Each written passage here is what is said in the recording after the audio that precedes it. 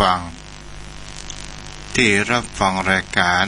ธรรมยามดึกทางสถานีวิทยุ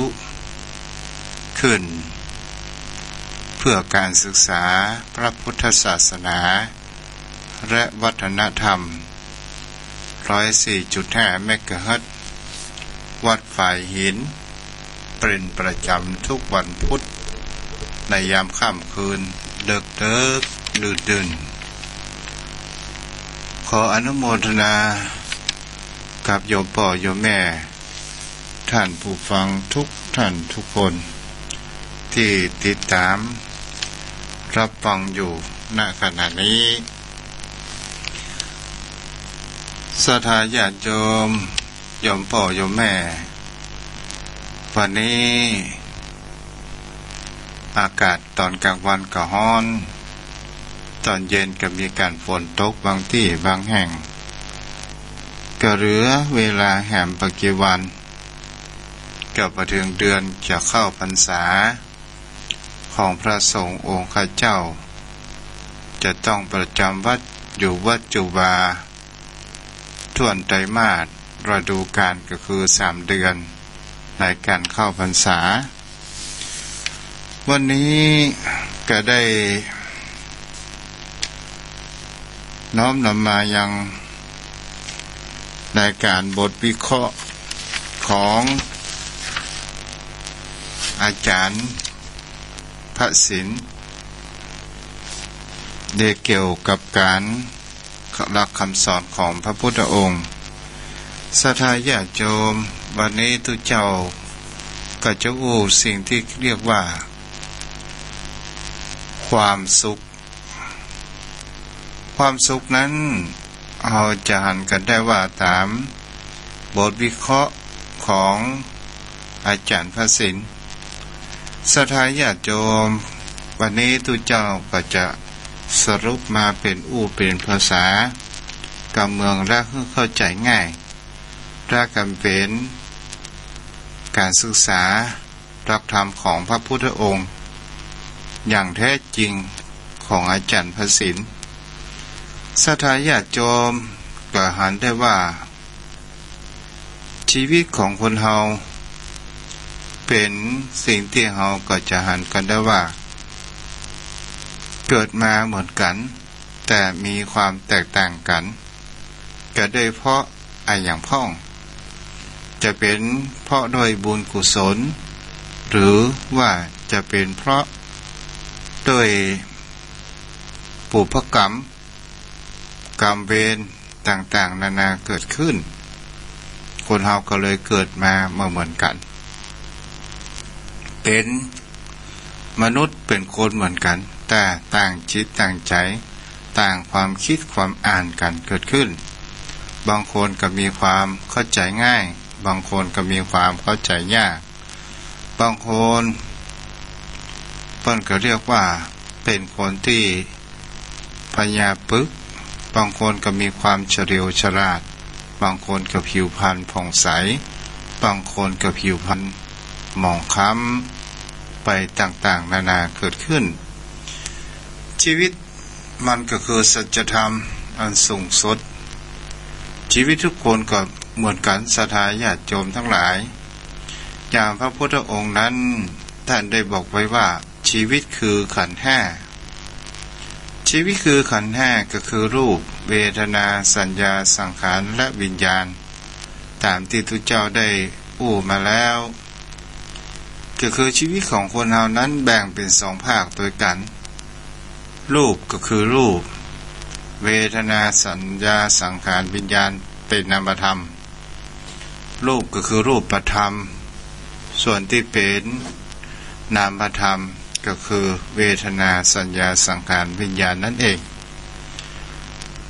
ชีวิตของคนเรามันก็เลยมีความแตกต่างกันและมามีความเหมือนกันนั่นเองในความคิดความอ่านในชีวิตการ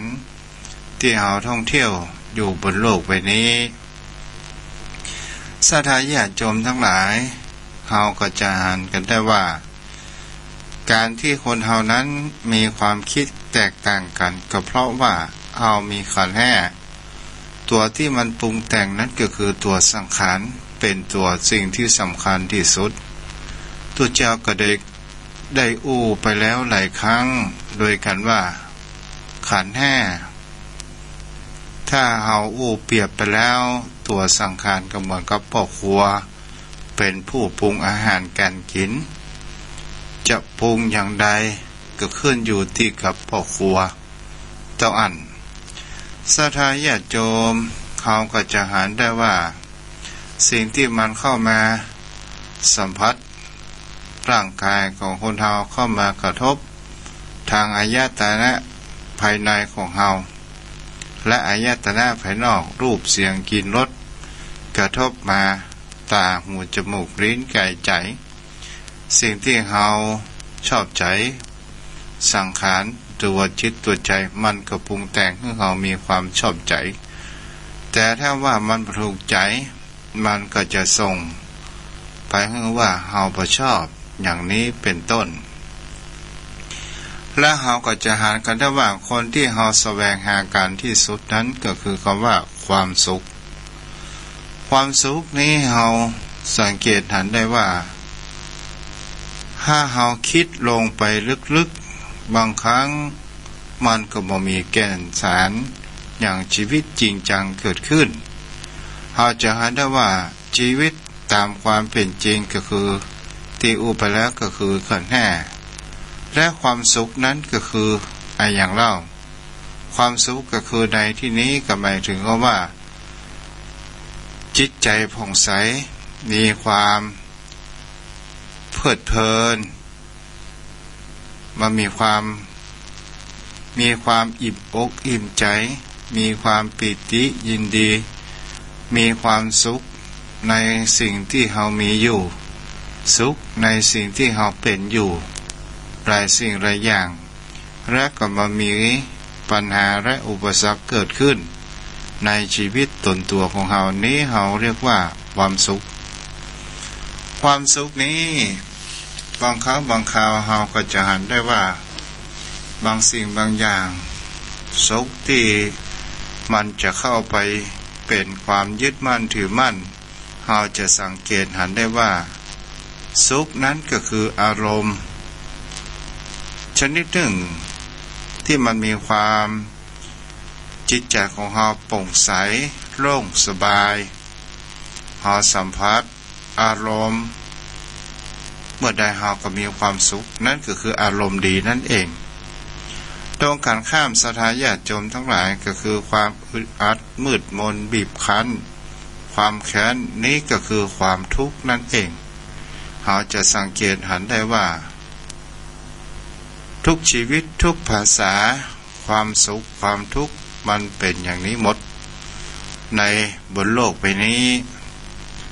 ศรัทธาญาติโยมทั้งหลายตัวเจ้าก็ได้อู้ไปแล้วว่าความสุขถ้าเราลองแยกมาตามหลักธรรมคำสอนของพระพุทธองค์นั้นตามที่อาจารย์พระศิลป์ได้อู้ถึงว่าพระพุทธองค์นั้นก็ได้ตามที่เปิ่นได้วิเคราะห์ว่ามันมีอยู่5ประการด้วยกัน1ก็คือกามสุข2สุขใจ3สุขเกิดจากสมาธิ4สุขคือการทำสิ่งใดสิ่งหนึ่งไปนานๆด้วยความเพลิดเพลินรู้สึกตัวแห่งครั้งหนึ่งเวลาก็ผ่านไปอย่างรวดเร็ว5ก็คือสุขจากวิมุตติก็คือความหลุดพ้นศรัทธาญาติโยมทั้งหลายเราลองมาวิเคราะห์ว่าความสุขสิ่งเหล่านี้มันคืออย่างใดพ้องสุขประการแรกก็คือกามสุขกามสุขนั้นก็คือการกินขับถ่ายและการมีเพศสัมพันธ์นอนพักผ่อนและก็ต้องการเงินทองมีซื้อได้สุขเหล่านี้เราจะเห็นได้ว่าเป็นสุขกามสุขในการเสพ ศรัทธาญาติโยมทั้งหลายพระพุทธองค์นั้นได้บอกไว้ว่าถ้าสุขการเสพนี้ถ้าเราเสพบ่อยๆมากขึ้นเราก็จะมีความยึดติดและเราก็จะเพิ่มคำว่าความเพิ่มขึ้นไปเรื่อยๆมามีหูจักคำว่าพอเพียงพอนั่นเองเราก็จะเห็นได้ว่าศรัทธาญาติโยมทั้งหลายบางท่านบางคนมีการที่จะเป็นทางด้านเสพสิ่งของเสพติดจะเป็นสุราเอาอ้วงง่ายๆตลอดจนถึงยาบ้าศรัทธาญาติโยมทั้งหลายบุคคลที่เคยดื่มสุราเมลัยหรือเฮาพอปัจจุบันตอนแรกๆนั้นจะกินตอง2 ตองเมาแล้วพอเวลาผ่านไปสักอาทิตย์นึงจาก2 ตองมันมาเมาก็จะต้องกิน3 ตอง4 ตองถึงจะเมาคนเสพยาบ้าก็เช่นเดียวกันตอนแรกๆเสพเกินเม็ดพอเวลาผ่านไปเพิ่มเป็นเม็ดจากเป็นเม็ดกลายเป็น2 เม็ดอย่างนี้เป็นต้นคือในที่นี้ก็เพื่อให้โยมศรัทธาญาติโยมพ่อโยมแม่ได้เข้าใจง่ายแหมหน่อยนึงเราจะเห็นได้ว่าสุขอันเกิดจากกามสุขนี้ก็เป็นสิ่งที่เราก็จะเห็นได้ว่ามันทำให้กิเลสของเรานั้นฟูขึ้นแล้วจะมีความชั่วจิตใจของคนเรานั้นจะต่ำลงไปเป็นสิ่งที่เราก็จะเห็นกันได้ว่านี่ก็คือความสุขอันเกิดจากคำว่ากามสุขมีหลายอย่างหลายประการโดยการศรัทธาญาติโยมเราจะเห็นได้ว่ากามสุขจะเป็นรักเป็นไข้ตลอดจนถึงเราอยากได้สิ่งของสิ่งใดสิ่งหนึ่งก็ตามบางครั้งบางคราวนั้นโยมพ่อโยมแม่เราก็จะเห็นได้ว่าบางสิ่งบางอย่างเราตกเป็นทาสของมันโดยความที่เราไปมีคำว่าอุปทานก็คือความยึดติดนั่นเองบางครั้งบางคราวศรัทธาญาติโยมทั้งหลายเป็นสิ่งที่เราก็จะเห็นกันได้ว่าสิ่งใดก็ตามที่เราปรารถนาเราได้มาแล้วตอนแรกเราก็มีความสุขใจพอเวลาผ่านไปของสิ่งนั้นก็ถือว่า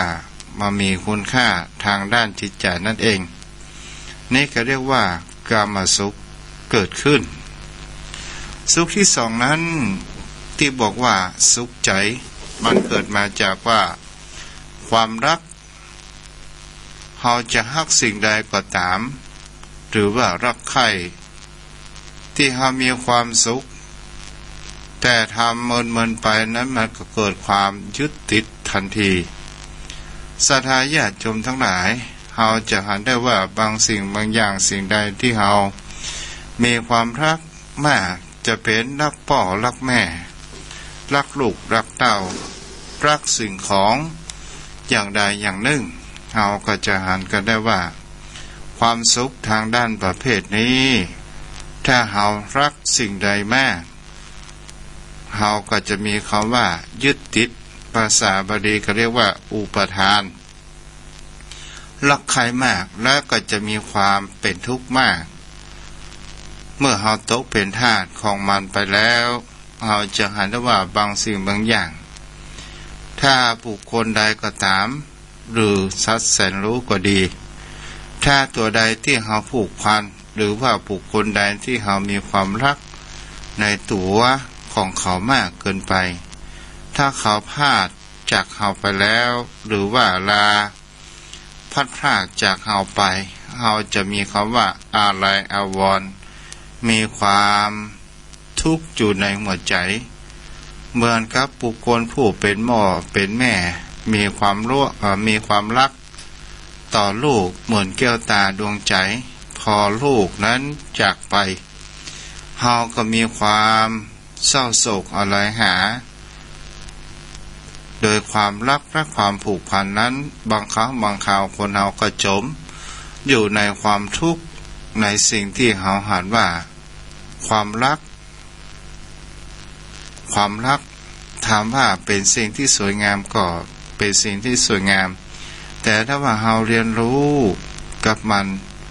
ถ้าเฮาบ่ฮู้ว่าความรักมันก็ย่อมมีความทุกข์พระพุทธองค์บอกไว้ว่าปิยเตสยโกโสโกความรักมีที่ไหนความทุกข์ก็มีที่นั่นนี้ก็หมายถึงคำว่าเฮารักสิ่งใดมากสิ่งนั้นก็จะมีแฝงด้วยความทุกข์มากได้เช่นเดียวกันสุขประการที่สามศรัทธาญาติโยมทั้งหลายก็คือสุขในการที่ทำสมาธิหรือว่าเอาทำสิ่งนั้นไปศรัทธาญาติโยมถ้าเราทำสิ่งอะไรอย่างนานๆไปหรือว่าเราทำสิ่งที่มันเป็นสมาธิเราจะเห็นได้ว่าสุขอันเกิดจากสมาธินั้นก็เป็นความสุขทางด้านจิตใจหรือว่าเราทำคณิกะสมาธิก็คือการนั่งกรรมฐานจะเป็นสมถะวิปัสสนาหรือทำสมาธินั่งสมาธิสวดมนต์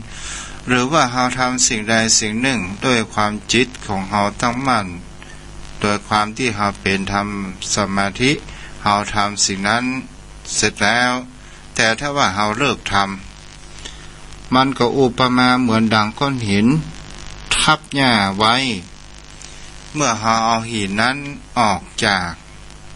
หญ้าที่เราทับไว้เราจะเห็นได้ว่าเมื่อมันบ่ได้แสงแดดหญ้านั้นก็มามีความงอกงามเกิดขึ้นแต่ถ้าว่าเราเอาก้อนหินนั้นยกออกไปแล้วหญ้าเหล่านั้นก็จะมีความงอกงามเขียวขึ้นขนาดก็เหมือนคำว่าศรัทธาญาติโยมทั้งหลายเราทำสมาธิเรานั่งสมาธิเราจะเห็นได้ว่ามันจะมีความสุขทำให้ตัวของเรานั้นเบาและเราก็เห็นได้ว่าเราได้พักจิตใจของเราเพียงแค่ชั่วขณะหนึ่งเมื่อเราถอนจากสมาธิแล้วมันก็จะมาสู่อารมณ์แห่งการที่ว่าอายตนะภายในและภายนอกเข้ามากระทบกันและก็เป็นตัวคำว่าขันธ์ห้านั่นเองศรัทธาญาติโยมก็คงจะเข้าใจอยู่สุขประการต่อไปก็คือสุขที่สี่ศรัทธาญาติโยมสุขอันเกิดจากการทำสิ่งใดสิ่งหนึ่งที่ไปนานๆด้วยความเพลิดเพลินเมื่อรู้สึกตัวแห่งกรรมกบเวลาผ่านไปเป็น4 ชั่วโมง5 ชั่วโมงเหมือนกับว่าเฮามาอยู่ในจักรวาลนี้ศรัทธาญาติโยมทั้งหลายเฮาจะสังเกตเห็นได้ว่าเวลาที่เฮาได้อู้จาคนถูกคอถูกอุปนิสัยถูกจริตกันด้วยความเพลิดเพลินศรัทธาญาติโยมทั้งหลายเฮาจะเห็นได้ว่าถึงแม้เวลาผ่านไปเป็น2 ชั่วโมงเฮาก็ดูเหมือน5 นาทีเหมือนเว็บเดียวทั้งอันตลอดจนถึงศรัทธาญาติโยมทั้งหลายในการศึกษาก็ตามถ้าเฮาจะเห็นได้ว่าเฮาศึกษาขั้นปริญญาตรีก็ตาม4 ปี5 ปีมันกับเว็บเดียวทั้งอันถ้าเฮามองย้อนหลังก็เหมือนเกิดขึ้นแต่ว่าวันศุกร์นี้แต่ถ้าว่าสิ่งใดที่เฮามามีความเพลิดเพลินในสิ่งนั้นมันก็เป็นทุกข์แต่ถ้าว่าเฮามีความสุขในการเพลิดเพลินทำสิ่งใดสิ่งหนึ่งที่เฮาฮักที่เฮาชอบด้วยความเอาใจใส่เฮาจะเห็นได้ว่าเวลาแต่ละวันมันหายไปแบบรวดเร็วมากที่สุดนั่นเองสุขสุดท้ายก็คือเป็นสุขที่พระพุทธองค์นั้นได้ค้นพบนั้นก็คือสุขจากคำว่าวิมุตติก็คือความหลุดพ้นนั่นเองความสุขนี้เป็นความสุขที่เป็นนิรันดร์ที่ภาษาบ้านเฮาเขาว่าสุขพระนิพพานนั่นเองเฮาจะเห็นได้ว่าสุขเหล่านี้ก็จะต้องเป็นความสุขที่อันมีความนิรันดร์ เหนือกว่าสุขอื่นใดทั้งปวงสถาญาติโยมทั้งหลายและก็เป็นสิ่งที่เฮาก็จะหารกันได้ว่าสุขนี้เฮาก็จะต้องลงมือปฏิบัติอันเกิดจากการทำสมาธิบ่อยๆครั้งนานๆไปและเฮาก็จะหารได้ว่าจนถึงคำว่าทำวิปัสสนาวิปัสสนาก็คือหมายถึงการทำให้ความเจริญแห่งด้านจิตใจเกิดขึ้นก็คือการฝึกสติของเฮาเมื่อเฮาตกไปในอำนาจของกิเลสตัณหาต่างๆนานาเกิดขึ้นศรัทธาญาติโยมทั้งหลายเฮาจะหาได้แบบเพื่อเข้าใจง่ายว่าคนที่มีความสุขแบบหยาบอย่างหยาบนั้นก็คือความ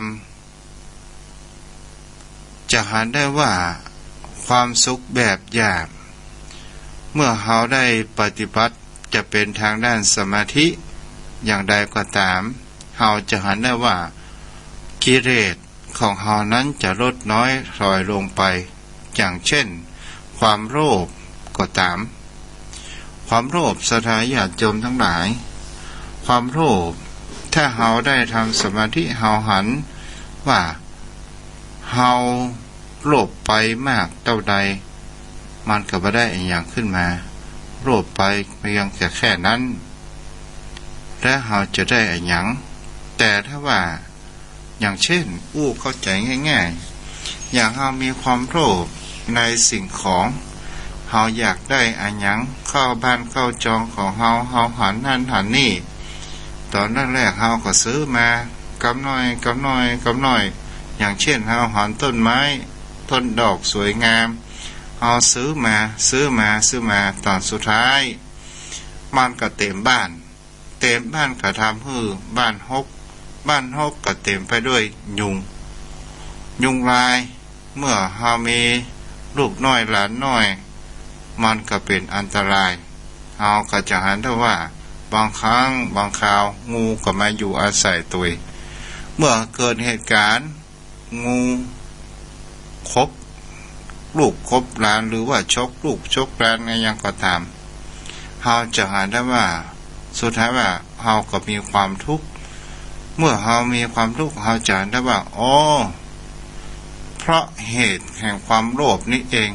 ทำเมื่อบ้านเฮาหกหรือว่าบ้านลบศรัทธาญาติโยมทั้งหลายเพราะว่าเฮามีแต่ความโลภนั่นเองแต่ถ้าว่าเฮาได้ฝึกสมาธิเฮาได้หันแล้วแบบอย่างมีความละเอียดเฮาจะหันได้ว่าความทุกข์ของเฮาก็จะน้อยลงไปความโลภของคนเฮาก็จะน้อยลงไปแต่ถ้าว่าความสุขแบบละเอียดก็คือการที่คนเฮานั้นได้จะเป็นทำสมาธิการเจริญวิปัสสนาก็ตามเฮาจะหันได้ว่าความสุขด้านนี้เฮาความโลภและก็จะมีความละเอียดความหยาบที่มันเป็นกิเลสอย่างหยาบมันก็จะเริ่มลดน้อยถอยลงไปตามอัตโนมัติภาษาอังกฤษก็ว่าออโตเมติกศรัทธาญาติโยมก็เป็นสิ่งที่เฮากระจายถ้าโยมพ่อโยมแม่ได้ฟังพระสงฆ์องค์เจ้าทางสถานีวิทยุด้วยความสนใจด้วยความศึกษาโดยการที่บ่ได้ฟังว่าทุกเจ้าตนนี้เสียงม่วนบางม่วนแต่ไปฟังว่าฟังทุกเจ้าตนนี้มีสาระหรือไม่หรือว่ามีแก่นสารหรือไม่นั้นและเราจะได้คำว่าปัญญาของเรานั่นเองแต่ถ้าเราฟังแล้วเราเกิดไปโดยการที่เราไปนึกภาพว่าทุกเจ้าตัวนี้จะต้องหน้าตาอย่างนี้นั่นก็คือการลงเสียงลงบุคคลแต่ถ้าเราฟังแล้วเราวิเคราะห์พิจารณาว่าวันนี้ทุกเจ้าตัวนี้อย่างพ่องเหตุการณ์มันเป็นอย่างนี้จริงหรือไม่อย่างใดหรือไม่ เฮาก็มาวิเคราะห์ดูในการที่เฮาทำสมาธิไหวพระสวดมนต์ถ้าเฮาได้ไปประพฤติปฏิบัติธรรมและเฮาก็จะเห็นได้ว่าความต้องการอย่างหยาบมันก็จะลดน้อยถอยลงไปและกระหายไปทีละน้อยเกิดขึ้นนี่แหละเฮาจะเห็นได้ว่ามันเป็นสัจธรรมอย่างแท้จริงศรัทธาญาติโยมเฮาเกิดมาครั้งหนึ่งในชีวิตแห่งความเป็นมนุษย์เฮาจะนำเอาอย่างไปติดตัวของเฮาจิตวิญญาณของเฮาพ้องมีคำพูดอยู่ขั้นคำหนึ่งเรามีเราไม่มีเราอันนี้หมายถึงคำว่าอย่างใดศรัทธาญาติโยมทั้งหลายมันก็หมายถึงว่าเรามีเราไม่มีเราปั้นกันน่าคิดเป็นคำนี้ก็หมายถึงว่าตัวเฮาก็มีตัวเฮาแต่ตัวเฮาบ่มีตัวเฮามันก็หมายถึงคำว่าใดก็หมายถึงคำว่าตัวเฮาที่เฮาเป็นรูปเป็นร่างนี้มันถ้าเฮามองโดยความเข้าใจผิดก็เหมือนว่าตัวเฮาก็คือตัวเฮาแท้ที่จริงถ้าเฮามองให้มันถูกต้องเฮาที่มันเป็นรูปเป็นร่างกายสังขารของเฮานี้แท้ที่จริงรูปร่างกายที่เฮาขับเคลื่อนที่เฮาอู้จาแท้ที่เฮาคิดได้นี้เพราะว่ามันมีคำว่านายหรือว่าตัวจิตสั่งมันอยู่เฮาก็จะหันได้ว่าธรรมชาติของจิตนั้นก็คือที่ได้อู้ไปแล้วว่าพระพุทธองค์อุปมาเหมือนกับน้ำย่อมไหลลงสู่ที่ต่ำลงไปสู่ที่ต่ำก็หมายถึงคำว่าเฮาไหลไปตามกระแสของกิเลสตัณหาและเฮาก็มีความยึดมั่นถือมั่นในตนตัวของเฮาเองว่าสิ่งนั้นสิ่งนี้มาเป็นตัวของเฮานี่ก็คือมองเข้าใจผิดนั่นเองถ้าว่ามองเพื่อมันถูกต้องตัวของเฮาปัจจัยของเฮาก็คือร่างกายนี้เฮาเพียงแค่ยืมธรรมชาติมาในชั่วขณะต้องอันและเฮาก็จะใจการเวลามันผ่านไปวันเวลาของคนเฮานั้นผ่านไปอย่างกับวันนี้เป็นคืนวันพุธแหมปกี่นาทีข้างหน้าก็จะเป็นเข้าสู่วันใหม่ก็คือวันพฤหัสบดี6 นาฬิกาพระอาทิตย์ก็ขึ้นยามเจ้าเฮาจะหันได้ว่าวันเวลาเปลี่ยนแปลงไปแหมเฮาก็เสาะหาอาหารการกินตอนเจ้าจากเจ้าก็ไปเสาะหาอาหารการกินตอนเที่ยงไปแล้วบ่ายค่อยก็เสาะหาอาหารกินตอนเย็นนี่ก็คือเป็นสิ่งที่เฮาก็จะเห็นได้ว่านี่ก็คือการวนเวียนในตัวชีวิตของคนเฮาแต่จิตนั้นเฮาจะเห็นได้ว่าจิตเป็นนายเมื่อมันมีสิ่งใดซึมซับสิ่งใดมากเข้าไว้มันก็จะเป็นคำว่าอุปนิสัยเช่นใจร้อนใจเย็นใจบุญกุศลใจเป็นคนพาลต่างๆนานาเกิดขึ้นแต่ถ้าว่าร่างกายของเฮานี้ถ้ามันแก่มันชราลงหรือว่ามีอุบัติเหตุในชีวิตของคนเฮาเกิดขึ้นร่างกายของคนเฮานี้มันก็จะต้องเป็นของธรรมชาติไปโดยอัตโนมัติแต่ตัวจิตของเฮานั้นมันเป็นตัวบันทึกหลายสิ่งหลายอย่างบันทึกจะเป็นทางด้านบุญกุศลหรือจะบันทึกทางด้านเป็นอกุศลก็คือกรรมดีความชั่วนั่นเองในสิ่งที่เฮากระทำมาตัวนี้แหละเป็นตัวบันทึกและมันก็ขับเคลื่อนไปสู่ในภพภูมิใหม่ในสิ่งที่เฮากระทำไว้มันจะเป็นตัวแรงผลักดันไปให้สู่ที่ดีหรือที่ชั่วทั้งนั้นในศรัทธาญาติโยมทั้งหลายชีวิตของคนเราก็มีแค่นี้ วนไปวนมาแบบอย่างเงี้ยสลายญาติโยมมันก็มามีอะไรอย่างที่มีความจีรังและยั่งยืนที่มีความจีรังยั่งยืนก็คือบุญกุศลและก็บาปทั้งอันมันจะยั่งยืนเฮาทำสิ่งใดก็ได้สิ่งนั้นและก็จะถามว่าคนเฮานั้นถ้าเฮาทำบดีเริ่มต้นมาแล้วภายหลังมาเฮาทำดีไว้มากมันจะลบล้างกันได้ก่อมันบาปก็คือส่วนบาปบุญก็คือส่วนบุญมันก็เหมือนกับการที่เฮาหาบสาเปียดมันจะข้างใดจะนักจะน้อยทั้งอันสดาญาติโยมทั้งหลายแม้กระทั่งพระอรหันต์อย่างเช่นพระ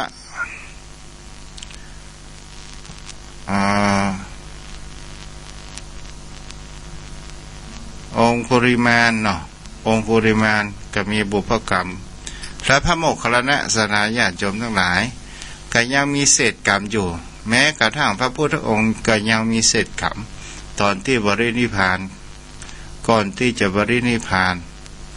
นี่แหละคนเฮาเขาจะหันว่าบาปส่วนบาปบุญส่วนบุญเป็นสิ่งที่คนเฮานั้นก็จะหันกันได้โยมพ่อโยมแม่วันนี้ก็อยู่พอสมควรเดี๋ยวขอไปเอาโทรศัพท์กับนอกเดี๋ยวสักคำจะมาอู้จ๋ากับสถานญาติโยมประกันชีวิตด้วยศีลในวันนี้อาจจะไม่ส่งผลในทันทีแต่จะตามไปส่งผลคุ้มกันภัยให้ตัวเราและทรัพย์สินของเราในชาติหน้าและชาติต่อๆไปอย่างแน่นอนโคตรจะคุ้มเลยครับเฮ้ยมันใช่เหรอใช่ครับอย่างน้อยถ้าประกันชีวิตด้วยศีลของที่เสียหายหนักก็จะเสียหายน้อยสมบัติที่หายไปก็อาจจะได้กลับคืนมาส่วนตัวเราถ้าจะประสบอุบัติภัยร้ายแรงหรือมีโรคภัยไข้เจ็บหนักก็จะเป็นเบาเบาก็จะเป็นหายร้ายก็จะกลายเป็นดีแต่ถ้าต้องรักษาก็จะเจอหมอดียาดีครับแผนปะไม่เสียตังค์แม้แต่บาทเดียวครับไม่เช็คประวัติไม่ตรวจโรคทำได้ทุกเพศทุกวัยทุกภาษาทุกเชื้อชาติทุกเผ่าพันธุ์ครับทำไงอะดูนี่นะครับประกันชีวิตด้วยศีลข้อที่ 1ให้มีสุขภาพแข็งแรงอายุยืนยาวปานาติปาตาเวรมณีฉันจะไม่ฆ่าสัตว์ประกันไม่ให้ทรัพย์สินเสียหายหรือเสื่อมสภาพเร็วเกินไปด้วยศีลข้อที่ 2อทินนาทานาเวรมณีฉันจะไม่ลักขโมยประกันครอบครัวให้อยู่เย็นเป็นสุขและอบอุ่นรักกันยาวนานถือไม้เท้ายอดทองกระบองยอดเพชรด้วยศีลข้อที่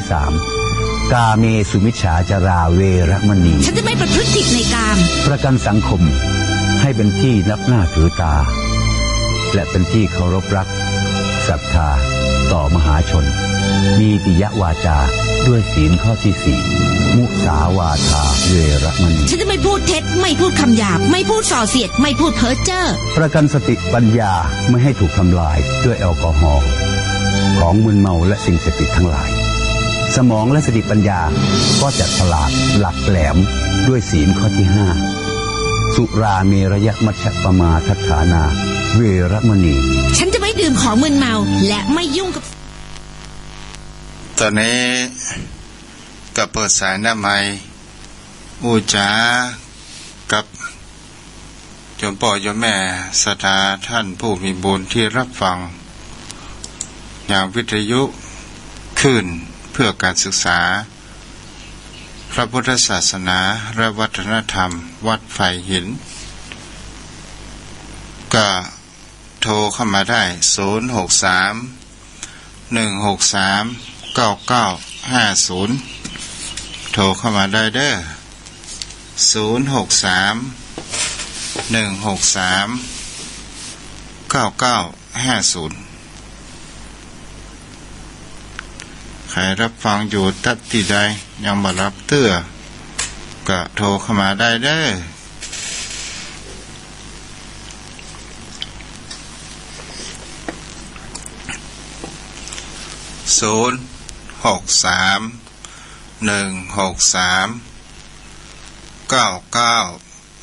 063-163-9950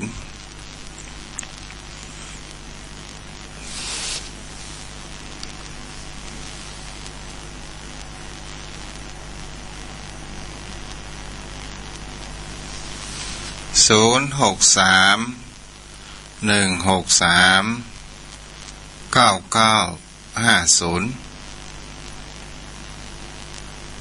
บกันหมดแล้วก้าเจริญพรแม่ก็ไปเอียวมาตะกี้นี่เอียวโอ้กันเพื่อนบ้านพอ9 โมงฝ่ายอาบน้ำพอ10 โมงและตันได้ฟังอ่ะนี่แม่ว่าได้ฟังกะแม่ก็มาฟังโอ้วันนี้ท่านพระครูปริยเทศวันนี้วันพูดที่เนาะเมากันแน่กะบ้านแม่เขาเอียวหาการดูเมื่อคืนมาค่ำน่ากะท่านได้ฟังกำลังเห็นนอนเนี่ยน่า9 โมงฝ่ายอ่ะเพราะว่าเวลาที่เฮาเพลิดเพลินนี่มันเหมือนไปแวบเดียวจานนะแม่นะนั่งโอ้กันดูข่าวไปโดยพอ9 โมงฝ่ายแล้วรู้นี่เนาะมาเปิดฟังเนี่ยกะจ้าวันนี้ฝนตกก่อนแม่แรงเนี่ยพันฝนตกกำลังจะตกมาแต่กี้น้อยเดียวหายไปละที่นี่ตก5 มึงแม่ว่าไม่หันมันมืดตะคุ้นนะจ้าตกหาใหญ่เนาะมักพอดีนะมักแผ่นดินจุ่มน้ำไหลอยู่มันตกในเวียงเฮ้ยตกเป็นในเวียงจากนั้นแม่ว่าไปที่คอยไปต้มปลาเกตฝนให้ลงขนาดนั้นมืดตะคุ้นเนาะดีนะเจ้าฟังเสมอแม่เรื่องฟังสู้ลูกเจ้าผู้รักษาจะไปการเปิดมาได้นะตะกี้เปิดดังขนาดไหนก่อนหน้านี้นะอันนั้นเปิดไปหลายที่หลายทางด้วยไหมน่ะมีว่าเย้าจังให้เอาไปการเปิดเอาสันตายอ่ะเฮาก็อยู่ตามป้อเฮาน่ะกะกะจ้าตายเฮาน่ะกะตื้อนะเจ้าผู้รักษาได้แม่เด้เจ้าโทรเข้ามาได้เด้อ0631639950พี่หนานลุงหนานโทรมาได้เด้อตะกี้บ่ได้ครับโทรเข้ามาใหม่ได้จรอจนถึงสถานญาติโยมที่รับฟังอยู่ทางบ้านถ้าบ่รับก็โทรอู้แจกกันได้เด้อเจริญพรกราบไหว้สาท่านพระคุณเจ้าได้ฟังกันบุคืนผมจึงรับดึกเลยเนอะจ่วยละอ่อนเขาพักของแพ็คของเขาก็บ่ใครเนี่ยพ่อไปรับพ่อไปพักยาของบอกเป็นยังพ่ออย่าฟังธรรมะนะพ่อแม่วันพ่อจึงมีเวลาพักเนาะใช่ครับก็ได้ฟังนั่งฟังธรรมโอ้ดีนะท่านพระคุณเจ้าโอ้แสดงธรรมได้ดีแต่ผมมานึกดูโม่ไม่ใช่ธรรมดาเนอะท่านเจ้าเนอะขอถวายกำลังใจด้วยเนอะโอ้เป็นน้ำธรรมคำสอนที่ท่านพระคุณเจ้าได้ค้นคว้าแสวงหาจากไทยของคำสอนผู้ใจเจ้ามาเผยแผ่คือกับศรัทธาได้ฟังนะโอ้ผมฟังผมโอ้ซึ้งใจได้คอยตามกระแสธรรมท่านพระคุณเจ้าได้แสดงไว้ตั้งแต่เบื้องต้นถึงในที่สุดโอ้เป็นอย่างนั้นแต่ท่านเจ้าเอ๋ยดีท่ะลูกได้ฟังตัวก่อนลูกฟังแต่ข้าไหลผมไปนอนรับว่าพ่อบอกเป็นยังพ่อกลัวความดันพ่อเกยละก็พ่อไม่ได้ทำงานหนักอย่างเขาบอกให้รับดึกแต่ผมย่าม11 โมงไปอย่างผมก็รับแต่ว่าก็ลูกเจ้าแม่วันก็มันได้ยังก็นั่งพักผ่อนฟังธรรมฟังอย่างไปเนี่ยครับต๊อบแต๊บเนี่ยครับโอ้ถ้ามารับเกินเที่ยงคืนนี่ว่าก็เป็นยังประมาณสัก11 โมงไปกูคืนนะส่วนมากจะไปเยอะจ่วยละอ่อนเขาน้อยๆนิดๆเขาก็บอกแค่เนี้ยเขาก็ว่าโอ้มันก็ง่อมเนาะมันเพราะว่านาฬิกาใจของเฮามันมารับได้หรอครับยิ่งได้ฟังน้ำฟังธรรมม่วนใจท่านพระครูเจ้าไม่เจ้าก็แค่ตื่นละตี 5ก็ลูกทำวัดโดยวิทยุตลอดโอ้ม่วนใจทำตลอดครับมันเลยคิดเป็นอุปนิสัยวันไหนไม่ได้ทำม่วนว่าลูกแง่ๆจะเอาฟังน้ำฟังธรรมนึ่งเข้าละอ่อนเขาก็บัดใจเนี้ยคนเดียวจะเป็นเนี่ยเป็นอย่างพ่อฟังธรรมพ่อม่วนใจพ่อเนาะจ้าถูกต้องแล้วเราอ่อนก็ได้ซึมซับได้หันเสียอย่างโดยท่านพระคุณเจ้าอันนี้ผมอยากได้เป็นความคิดผมมีความภูมิใจที่ว่า1ผมได้บวชในศาสนาได้มีธรรมะถ้าผมบ่บวชเนี่ยนะผมจะไปค้นให้คนขาดอย่างใดกับผมมาคิดถึงว่าพญาปิมพิสารเพิ่นจ้างลูกเพิ่นไปฟังธรรมผมจ้างลูกผมไปเรียนนั้น พุทธศาสนาวันอาทิตย์ผมว่าถ้าสุเขาเนี่ยเรียนนะอีพ่อจะมีรางวัลมันก็ว่านี่อย่างต้องไปเรียนป่อตอนนี้ลูกบอกยังบอกรู้คุณค่าของธรรมะเตื่อถ้าลูกใหญ่มาลูกจะรู้คุณค่าของคำสอนอันลึกของบรมบครูของเราที่พระคุณเจ้าแต่ละตนแต่ละองค์เอานำมาเทศน์นะอันนั้นเป็นคำสอนของพุทธเจ้ามีคุณค่าโมดผมจ้างไปเรียนศาสนาเรียนพุทธศาสนาวันอาทิตย์โอ้มันสอบได้ธรรมศึกษาตีผมก็ภูมิใจแล้วผมก็ซุยมันเรียนโทแหมเลยเนาะอันเรียนไปเตอลูกเรียนไปเตอเพราะว่าตระกูลเฮาพ่ออุ้ยแม่มอนเฮาเนี่ยเพิ่นนอนวัดนอนวาหูวัดหูวาโมดินะพ่อก็ได้อยู่กับวัดกับวาเนี่ยครับจ้าโอ้ถูกต้องแล้วก็น่าได้ส่งเสริมก็เพราะว่ารักธรรมคำสอนของบรมครูองค์สมเด็จพระสัมมาสัมพุทธเจ้าของเฮาเนี่ยเป็นสิ่งที่เฮานำมาใช้ในชีวิตปัจจุบันแก้ไขปัญหาในชีวิตของคนเฮาได้แต่ถ้าว่าคนเฮาบ่มีทำอยู่ในหัวใจถ้าเฮาบ่ได้เพิ่นฮ้องว่าถ้าเฮาบ่ได้ศึกษาบ่ได้น้อมนำรักธรรมมาใช้ในชีวิตเนี่ยเฮาก็จะตกอยู่เป็นทาสของกิเลสตัณหานั่นเองเนาะใช่ครับบางทีเฮาตกเป็นทาสของมันโดยที่เฮาไปลุ่มหลงทางโลกต้องไปเฮาบ่นึกว่าชีวิตของคนเฮาเนี่ยมันอยู่ภายใต้ของไตรลักษณ์สายามันลักษณะไอ้เนาะซึ่งก็อู้ลูกว่าพ่อบ่สามารถอธิบายนักความรู้พ่อบ่สูงพ่อฟังจากท่านพระคุณเจ้าเนี่ยแล้วก็นำมาคือฝากให้ลูกได้ฟังเพราะว่าถ้าลูกฟังโดยพ่อลูกก็จะได้รู้โดยพ่อโดยถ้าพ่ออู้คนเดียวนะพ่อบ่จำแล้วพ่ออายุนักพ่อก็ได้เรียนบ่สูงโตยนะแล้วลูกฟังทุกเจ้าโดยพ่อเนี่ยอันลูกจะได้ความรู้นะขนาดจ้าดีละครับผมขอไหว้สาท่านเจ้าเนอะเจ้ารักษาได้คนนั้นดีได้เจ้าบอกงามไปบุญในบวรพุทธศาสนานะครับสาธุจ้าอนุโมทนาบุญเด้อครับจ้าอ้าวโทรเข้ามาแม่แดงแม่ทองพรจกดีก็โทรเข้ามาได้เด้อจะกี้ไปได้โทรกับกรรมเพราะว่าตัวเจ้าเอาโทรศัพท์ไว้แหมตี้เนาะพูดถึงเรื่องโทรศัพท์ถ้าว่าเราเปิดเสียง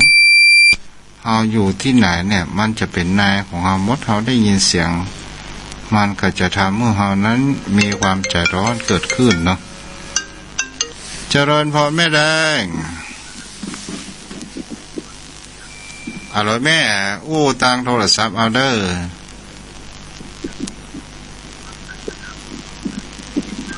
ฮัลโหลแม่ไปฟังทางวิทยุนะประการท่านพระครูเจ้าแม่ปิดวิทยุเลยจะไปรอเสียงออกวิทยุเนาะแม่จะซับซ้อนจ้ะเอามาเลยรบกวนอยู่ก็รบกวนอยู่ก็บอกวันละเจ้ามาได้เลยเจ้าแม่ฟังตั้งแต่ที่เลยเนี่ยลูกจากมาก็มาเปิดวิทยุเห็นว่าท่านอะไรอย่างก็อันอย่างก็อันนั้นอันอย่างก็แน่กะอันนั้นเลยโยอีกอะมันบ่มีแล้วกะอันนี้หมอหูเด้อแม่เด้อเปิ้นให้มีภาระค่ะแม่จ้ะวิเคราะห์ข่าวน่ะใช่แม่นละท่านพระครูจะเปิดจากเมื่อใดเนี่ยก็นั่งฟังอยู่เนี่ยเป็นว่ามีเหมือนเก่าอยู่เนาะจะมีเหมือนเก่าถ้าทุกเจ้าบัดรับนะไปรับกันเด้อสักวันแม่ชวนละอ่อนให้ละอ่อนไปส่งแม่ไปหานะได้ถ้าจะไปต้องโทรไปก่อนเนาะปลาควายใต้ฝนตกกับแม่ปลาควายใต้ฝนตกก่อแมลงตะกี้โตกะแม่ขายข้าวปลเคินปลเหลือข้าวนึ่งอะคะเจ้าเป็นยังข้าวนึ่งข้าวสารอย่างเนี้ยกะจ้าจะไปแยกอย่างการเกินกำลังได้ไหมเด้อเจ้า แม่ก็อายุ70ปลายละขนาด70ปลายยังขายควงขมักขมิ้นอยู่เนี่ยอันเพราะว่าเฮาบ่มีความรู้มีหยังเนาะถ้าเปิ้นนี้เปิ้น60เปิ้นเกษียณแล้วหรอกกล้าขายมันเกษียณมาได้อ่ะแม่ละจะไปแง่วกับกลัวลูกค้ามาถามหานะคะต้องสู้เนาะแม่นก็คือเนี่ยบอกว่านะแม่ขอให้เฮาหูตัวของเฮาจะไปเนี่ยเกินกำลังของเฮาแต่อันน่ะเนี่ยมอพอดีเนาะจ้าถ้าเฮาคิดโลภเนี่ยมันเฮาไปมาถ้าเฮาหาเงินหาทองไว้นักถ้าโรคภัยไข้เจ็บมาเฮาก็เหมือนว่าเฮาไปซ่อสตางค์มารักษาตัวถ้าเฮาพักผ่อนเต็มที่อย่างเต็มที่บางครั้งบางคราวโรคภัยไข้เจ็บก็บ่เข้ามาเนี่ยแม่เนาะเจริญพรแม่โอ้ดับปิ้งอ้าวโทรเข้ามาเด้อ063-163-9950ของแม่แดงสายรุดไปเด้อแม่แดงเด้อ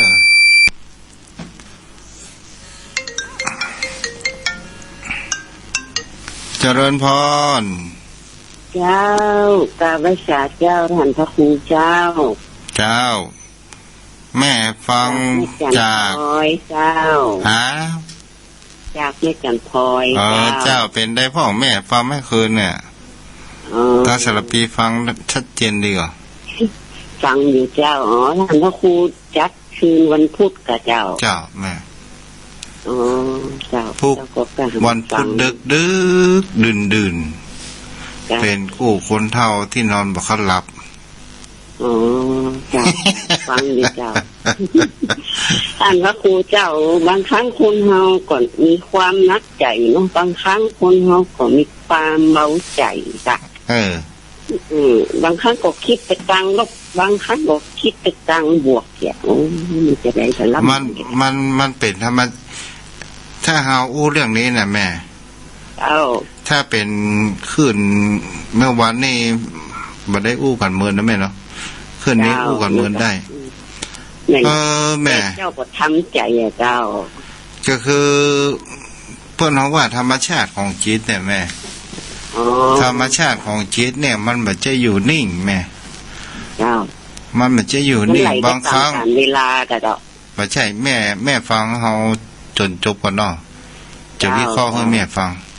ได้แม่จะเข้าใจ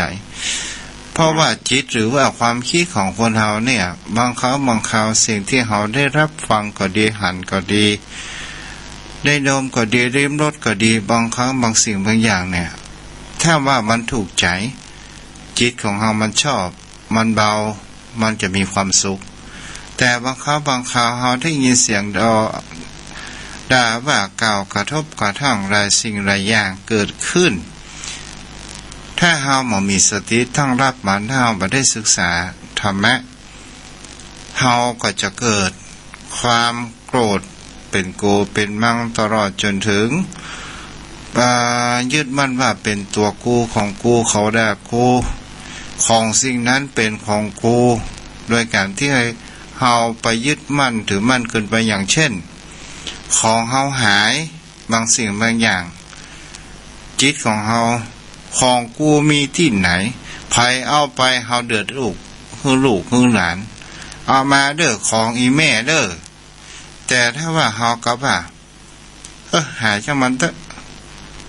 ของบางสิ่งบางอย่างเฮาเดือดร้อนไปเฮาจมไปลูกหลานก็จะบ่ชอบเฮาดักเหียเฮายังมีภาระกำลังบางสิ่งบางอย่างให้ดีมันก็จะกลับขึ้นมาเฮาก็บ่ฮู้ทุกสิ่งทุกอย่างมันเป็นของธรรมชาติของบนโลกใบนี้อย่างนี้แม่เข้าใจเนาะเจ้าเข้าใจเจ้าถ้าเฮาวางใจวางนี่มันก็เบาใจก็พอถูกต้องแม่ถูกแล้วเจ้าเพราะว่าทุกสิ่งทุกอย่างมันบัดเชื่อของเฮาทั้งนั้นแม้กระทั่งร่างกายนี้ก็เป็นเชื่อของเฮานะเจ้าแม่ว่าแม่นก็ แม่นเจ้าถ้าว่าแม่ตอบไทยแม่ตอบว่าเป็นของเจ้านะกะถ้าเป็นของเจ้าสมมติว่าอีแม่หมดลมหายใจไปถ้าเป็นของอีแม่เปิ่นเอาไม้บุบแข้งบุบขาเฮ้ยแม่กระดูกหักอย่างอีแม่ยังลุกโตตบอ่ะต้องตอบอยู่ซ่าเก่งถ้าว่าเปิ่นเอาเผาไฟอีแม่ยังลุกรุ่นนี่อ่ะตอนสุดท้ายอย่างปล่อยให้เป็นไฟป่งได้หมดเลยล่ะครับแน่กะแต่จิตของเฮาเนี่ยแม่มันออกไปตั้งแต่ตอนที่เฮาหมดลมหายใจครั้งแรกเฮือกสุดท้ายน่ะแม่จิตของเฮาก็ไปเกิดแล้วล่ะก็ด้วยอำนาจบุญกุศลโดยอำนาจจะเป็นกรรมดีหรือกรรมบ่ดีท่านน่ะแม่เจ้าจะคัดแม่เข้าใจเนาะเข้าใจเจ้าก็สรุปว่ารักษาเจ้าท่านพระครูเจ้าบุญรักษาได้แม่เด้อใจนะเจ้าจ้าอย่างอีกาอุทัยโตอู้สนทนาแลกเปลี่ยนความคิดเห็นกัน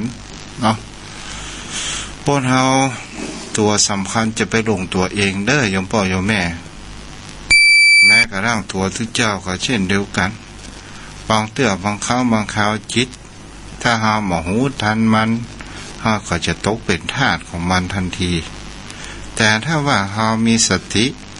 ตัวเบรกหาก็จะได้ว่าแย่อย่างลงไปแล้วมันกระทบกระทั่งไปทั่วอย่างเช่นหาบุบเนนด้วยความโกรธความแค้นมันก็จะกระทบกระทั่งไปถึงพ่อแม่ก็ไปแล้วก็ไปแจ้งตำรวจก็จะต้องมาสอบถามแล้วเขาก็จะต้องถ้าว่าให้ดีตู้เจ้าก็ต้องโดนดำเนินคดีอย่างนี้เป็นต้นเนาะแต่ถ้าว่าเขามีสติเอาละเป็นอย่างไว้ของเขาแต่เขาขอห้องมาตักเตือนอู้จากกันดีๆมันก็ยังพอไปได้อยู่เนาะยมพ่อยมแม่ก็ได้กะสติเด้อสติก็คือบ่ได้ตั้งอยู่ในความประมาทเนาะพายจะโทรมาอยู่ก็หาพายโทรมาอยู่ก็มามีพายโทรมาตู้เจ้าก็จะยุติไว้เพียงเท่านี้เด้อค่ำของคืนวันนี้ขอโยมพ่อโยมแม่นอนรับฝันดีโดยพุทธานุภาพธรรมานุภาพสังฆานุภาพโดยอานุภาพของพระพุทธองค์โดยอำนาจแห่งพระธรรมคำสอนของพระพุทธองค์โดยอำนาจแห่งพระอริยสงฆ์สาวกของพระพุทธองค์ปกครองรักษาโยมพ่อโยมแม่นอนรับฝันดีปลูกในเจ้ามีแต่สิ่งดีๆเข้ามาในชีวิตเหมือนกันทุกผู้ทุกคนอายุวันโนสุขังพลัง